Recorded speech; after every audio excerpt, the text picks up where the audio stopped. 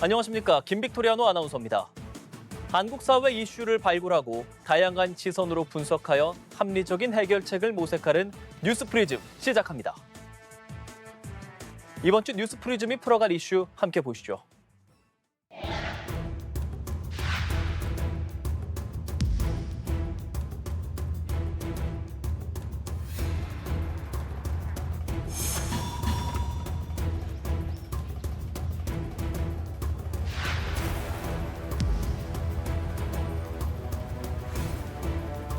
최근에는 한 70세 이상 돼야지 노인이라고 할 수 있지 않겠나. 과거보다 결혼 시기도 많이 늦춰졌고 수명도 많이 늘어나고.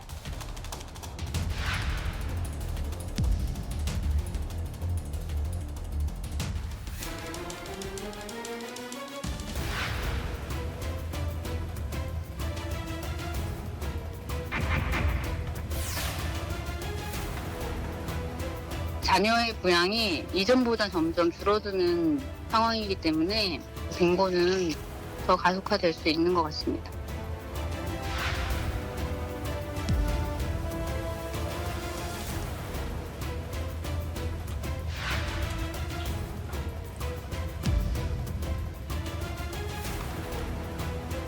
당장 사실 앞으로 한 20년, 30년 정도거든요. 어떻게 넘어갈 것이냐의 문제인데 노후소득 보장이라고 하는 그 국가적 목표를 달성하기 위한 자원을 어떻게 배분할 것인가의 문제고,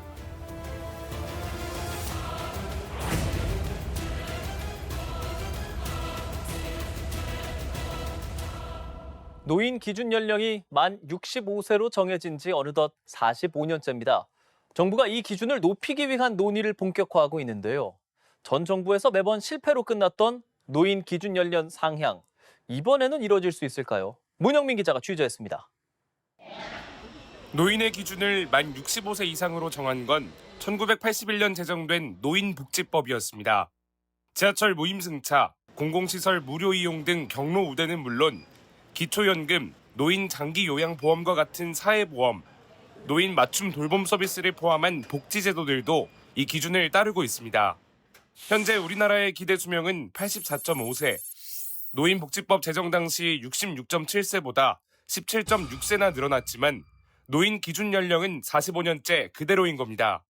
노인 인구가 전체의 20%를 넘는 초고령 사회 진입에 따라 노인 복지 지출이 급증하고 있다는 점도 문제입니다. 올해 중앙정부 사회복지 분야 예산 229조 1천억 원 중 노령 분야 예산은 115조 8천억 원으로 처음으로 절반을 넘었습니다. 노인 기준 연령을 올려야 한다는 목소리가 꾸준히 나오는 건 이런 이유들에서입니다. 지난해 대한노인회장으로 취임한 이중근 부영그룹 회장은 노인의 법정 연령을 65세에서 점진적으로 75세까지 높일 걸 정부에 공식 제안했습니다. 노인 수를 좀 줄여서 관리해서 노인을 보호하기에 힘이 덜 들게 하고 노인이 노인답게 대우받기 위해서 숫자를 좀 줄여볼까 합니다. 정부도 조정 의지를 공식적으로 밝히며 적극 검토에 들어갔습니다. 보건복지부가 올해 주요 업무 계획 가운데 하나로 노인 기준 연령 상향을 포함하고 노인복지법 등의 관련 기준 개정을 위한 논의를 본격화하기로 한 겁니다. 액티브 시니어 등장으로 노인 시장 연령에 대한 사회적 인식도 많이 변화하고 있습니다. 노인 연령에 대한 사회적 논의가 한 걸음 나갈 수 있도록. 다만 박근혜 정부 때도 문재인 정부 때도 상향을 시도했다가 번번이 실패로 끝난 전례가 있습니다. 노인 기준 연령에 영향을 받는 제도가 적지 않아서입니다. 정부 정책 60개 이상이 맞물려 있습니다. 국무회의와 국회 의결을 통해서 전격적으로 함께 바꾸는 것이 필요하다. 사회적인 대타협을 해야.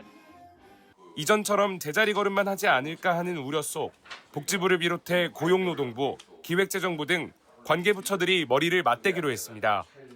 범부처 차원에서 처음으로 구성 운영하는 저출산 고령사회위원회를 지난 9일 발족하고 정년 연장, 국민기초연금, 복지서비스 부문 등 관련 정책들의 일관성을 확보한다는 방침입니다. 특히 다음 달 열릴 노인 연령 전문가 간담회에선 상향 폭에 대한 윤곽이 드러날 걸로 전망됩니다. 초고령 사회로 인해 더는 미룰 수 없는 노인 연령 재정립. 그 파급 효과가 넓고 큰 이슈인 만큼 이번에는 현실을 반영한 적절한 방안이 나올지 주목됩니다. 연합뉴스TV 문형민입니다. 네, 조금 전 보신 것처럼 현재 우리나라 법정 노인 연령은 65세죠. 그런데 시민들은요, 70살은 돼야 노인이라고 볼 수 있다고 인식하는 걸로 나타났습니다. 전문가들도 45년째 그대로인 법정 연령을 단계적으로 상향해야 한다고 말합니다. 이동훈 기자입니다. 시민들에게 법정 연령과 상관없이 몇 살부터 노인이라고 생각하는지를 물어봤습니다. 기본적인 노인 연령은 한 70으로 보고요. 초고령 사회의 노인으로 보면 75살로 아직도 뭐 신체적으로나 정신적으로나 충분하게 뭐 사회에 봉사할 수도 있고. 서울시 조사 결과도 비슷합니다. 서울시가 시민 5천 명을 대상으로 조사한 결과 노인 연령 기준은 평균 70.2세였습니다. 70에서 74세라고 답한 비율은 절반으로 가장 많았고 75세 이상이라고 답한 비율도 25%에 달했습니다. 노인 연령 기준 개선에 대한 시민들의 요구도 적지 않습니다. 만 50세 이상의 장년층 600명을 대상으로 조사한 결과 74%가 노인 연령 상향에 찬성했습니다. 노인 연령 적정 기준이 70세 이상이라는 답변이 전체의 60%에 달했습니다. 전문가들도 45년째 65세로 유지되고 있는 노인 나이 기준이 초고령화 사회로 진입한 우리나라 실정에 맞지 않다고 보고 있습니다. 우선은 지하철 무임승차 같은 경로우대 기준을 70세까지 매년 한 살씩 높여 국민 인식을 바꾸고 공적연금 수령 나이도 순차적으로 바꾸자는 제안이 나왔습니다. 네, 향후 5년간은 상징성 있는 정책 변경을 통해서 그 노년 기준 상향에 대해서 사회적으로 좀 공감대를 형성하는 것이 필요할 것 같아요. 예를 들면 이제 경로우대 혜택의 기준 연령을 매년 1세씩 높여서 다만 노인 나이를 올리는 대신 노인 기준에서 벗어나는 60대의 일자리와 소득 문제 등 대책이 동반돼야 한다는 목소리도 나옵니다. 특히 현행 60세인 정년 연장 여부를 두고 찬반 여론이 첨예한 만큼 고령층과 청년의 특성에 맞는 일자리를 구분해 정책을 개발해야 한다는 조언입니다. 하는 직무와 숙련의 정도가 달라서 그다음에 선호하는 일자리의 성격도 조금 차이가 나서 이게 충돌이 생각한 만큼 크게 나지 않는다. 노인 연령 상향 문제는 정년 연장, 연금 수령 등의 과제와도 맞닿아 있어 사회적 합의를 바탕으로 논의가 이루어져야 한다고 전문가들은 입을 모읍니다. 연합뉴스TV 이동훈입니다. 정부가 법정 노인 연령을 올리면 지하철 무임승차나 기초연금 수급 같은 복지 혜택을 받을 수 있는 나이가 더 올라가게 되겠죠. 일할 수 있는 정년은 60세인데 복지 개시 연령만 높아진다면 소득 공백 상태인 노인들의 고충은 깊어질 수밖에 없습니다. 어떤 해결책이 있을지, 정치권의 해법은 어떤지 양소리 기자가 짚어봤습니다. 법정 노인 연령 기준이 올라가면 국민연금, 기초연금 개시 연령부터 국가 예방접종과 같은 의료 혜택을 받을 수 있는 나이도 함께 올라갑니다. 우리나라의 노인 빈곤율은 OECD 회원국 중 가장 높은데 소득과 복지 공백이 더 길어지면 노인 빈곤 문제는 악화할 수밖에 없습니다. 이 간극을 메울 방안, 일본은 고령 일자리에서 찾았습니다. 일본 정부가 만든 고령자 고용안정법은 법적인 정년은 60세로 유지하는 대신 희망하는 사람은 기업이 의무적으로 65세까지 고용하도록 했습니다. 70세까지도 일할 기회를 제공해야 한다고 명시합니다. 초고령 사회에 진입한 독일은 지난 2007년부터 정년을 점진적으로 연장했는데 현재 66세인 정년 기준을 2029년에는 67세로 상향합니다. 연금 재정 고갈에 대비해 연금 수급 개시 연령을 2029년까지 67세로 올리는 대신 67세까지 일할 수 있는 사회를 만들어 개인의 소득 공백기를 없앤 겁니다. 우리나라 국회에서는 지난 2월 국민의힘 주호영 의원이 노인 기준 연령을 70세로 올리는 법안을 대표 발의했습니다. 2035년까지 기준 연령을 매년 0.5세씩 점진적으로 상향하는 걸 골자로 합니다. 다만 노인 연령 상향과 함께 소득 공백 해결을 위한 정년 연장 정책이 동반돼야 한다고 주 의원은 강조했습니다. 공무원의 정년이나 회사의 정년도 따라서 6개월씩 늘리면 그런 문제가 같이 해결될 수 있을 것이라고 생각하고 거기에는 다양한 방법들이 있을 수 있습니다. 임금 피크제를 적용한다든지.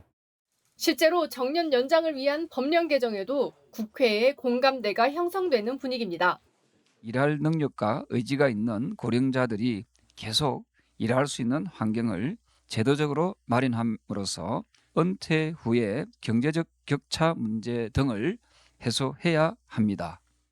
저출생 고령화라는 구조적인 문제와 연금 수급 시기까지 소득 공백이 있는 상황 속에서 정년 연장이라는 담론은 선택이 아닌 필수가 되어가고 있습니다. 지난해 총선을 기점으로 우리나라 60대 이상 유권자는 2030 유권자를 합친 것보다 많아졌습니다. 대선이 40여일 앞으로 다가온 가운데 나는 노인이 아니다는 이들의 표심을 잡을 각 후보들의 공약도 이어질 전망입니다. 연합뉴스TV 양소리입니다. 우리나라는 이미 65세 이상 노인 인구가 1,000만 명을 넘어선 초고령 사회입니다. 2050년이면 2천만 명에 달해 전체 인구의 40%를 차지할 걸로 보이는데요. 이렇게 노인 인구가 점점 느는데 노년층의 절대적 빈곤도 늘고 있습니다. 보건복지부가 지난해 8월 발간한 자료에 따르면요. 기초생활보장급여 일반 수급자 245만여 명 중 65세 이상 노인이 101만여 명으로 전체의 41.3%를 차지했습니다. 노인 인구 기준으로 보면요. 전체 10.4%, 즉 노인 10명 중 1명 이상이 절대적 빈곤에 놓여 있는 심각한 상황입니다. 노인 연령 기준 상향으로 노인 빈곤 문제가 악화하지 않도록 다양한 방안을 마련해야겠죠. 전문가들은 고령층과 청년 특성에 맞는 일자리를 구분해서 정년 연장 정책을 개발해야 하고 소득, 건강 등 개인 차를 고려해서 제도별로 속도를 달리해서 단계적으로 유연성을 발휘해야 한다고 제안하고 있습니다. 오늘 뉴스프리즘이 준비한 소식은 여기까지입니다. 시청해주신 여러분 고맙습니다.